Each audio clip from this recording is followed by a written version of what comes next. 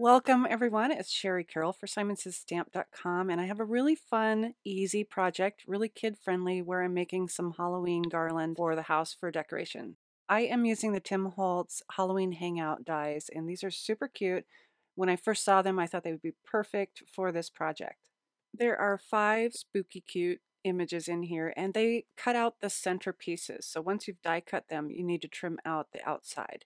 I'm also using the Tim Holtz Alphanumeric, and these are the lowercase, and these cut out the whole letter, so they're perfect for die cutting into another piece.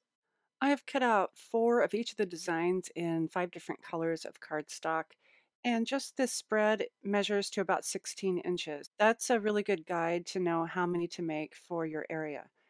I've also used the letters with the Simon Says Stamp banner die, and I have just used some tape. I'll hold that in place.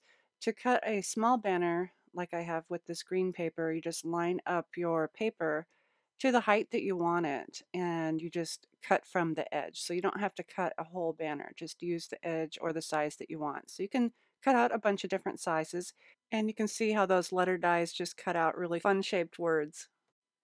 Before I trim the edges of my pieces, I'm going to stamp these first, and I have the Circle Doodle stamp from Simon Says Stamp, and I'm using my Tim Holtz stamp platform. The ink I'm using for these is the Simon Says Stamp clear ink, and I'll just be stamping a watermark. I can use the same ink for all the papers, and I'll get a really nice darker impression without having to change ink colors or cleaning the stamp. To get a good impression, I press my palm onto the platform and press that stamp right into the paper.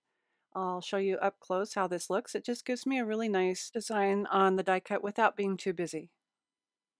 For some of these, I'll be using the Simon Says Stamp spider web background stamp, and I was able to fit 4 of the skulls in this area to stamp at once. And you can see the clear ink really reacts well to the papers. Once I had everything stamped, I trimmed around the die cuts and created kind of a rounded edge. And then I backed them with some additional cardstock and glued that in place with some Simon Says Stamp glue. And these are really sturdy, so I'll be able to punch some holes and use some twine to create the garland. I'm adding a piece of paper to the back of my banners. I've just cut strips of paper that'll fit right behind the word and not go over the edges. I've cut different colors for each color of the banners. I'm punching 2 small holes at the upper corners of each of the pieces so that I can string these with my black twine. And finally, to string these, I'm using some black twine, and I'm going in from the front to the back and then back out. I haven't cut the twine because I'm not sure what size exactly I'll need yet, so I am just pushing these down towards the rest of the twine until I get done. This is a type of project that your kids can get involved in. They could do the die cutting for you and you cut out the pieces.